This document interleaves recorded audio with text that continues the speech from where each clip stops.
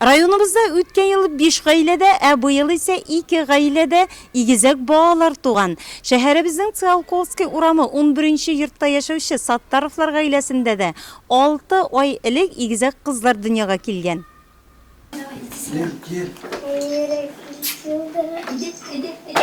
Игезәк кызлар Әминә һәм Әмирә беренче адымнарын ясарга өйрәнә. Апалары Камилә дә булыша. Әмирәнең йөрүсе килү теләге зур, Әминәгә исә күбрәк басып тору ошый. Мин бик шатландым. Шатлыгымнан тизрәк иреме шылтыраттым. Син утырып торасыңмы, басып торасыңмы дидем. Утырмайтам. Бездә зур шатлык, бездә 2 кыз була, кыз түгел, игезәкләр була дидем. Ул да бик шатланды.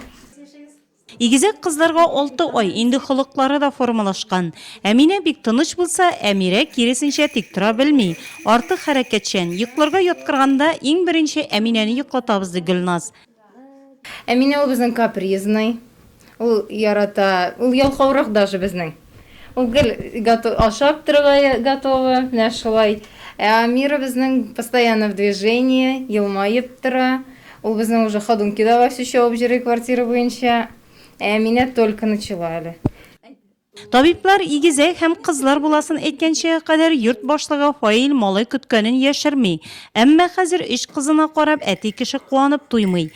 Эштән сагынып кайтам кызларымны ди ул. Мин бәхетле бер үземә гаиләдә 4 кызым бар дип тәсти. Тормыш иптәшен әйтүе.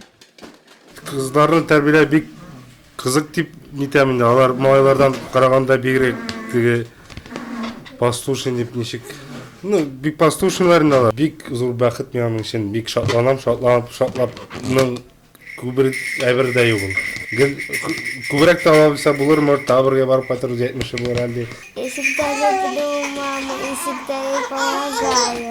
Люблю сестру. Гөлназ ягыннан нәселдә игезәкләр тапкан хатын-кыз бар. Шуңа да алар өчен бу көтелмәгән яңалык булмаган. Әни ягыннан абысында игезәк малайлар туды безнең якта. Әни ягында кызлар туды безнең. Бик шатландык. Урыс әйткәндә, я мечтала, она родила булды инде бу безнең. Мин бик теләгән, игезәкләр булсын дип яшәктә. Бер төрле киндерегә кызлар да булсын дип. 2007 елдан башлап Нурлат районында 2нче баланы тапкан гаиләләргә 3412 ана капиталы бирелгән. Ел башыннан бүгенге көнгә кадәр ЗАГС бүлеге 131 балага туу турында таныклык тапшырган.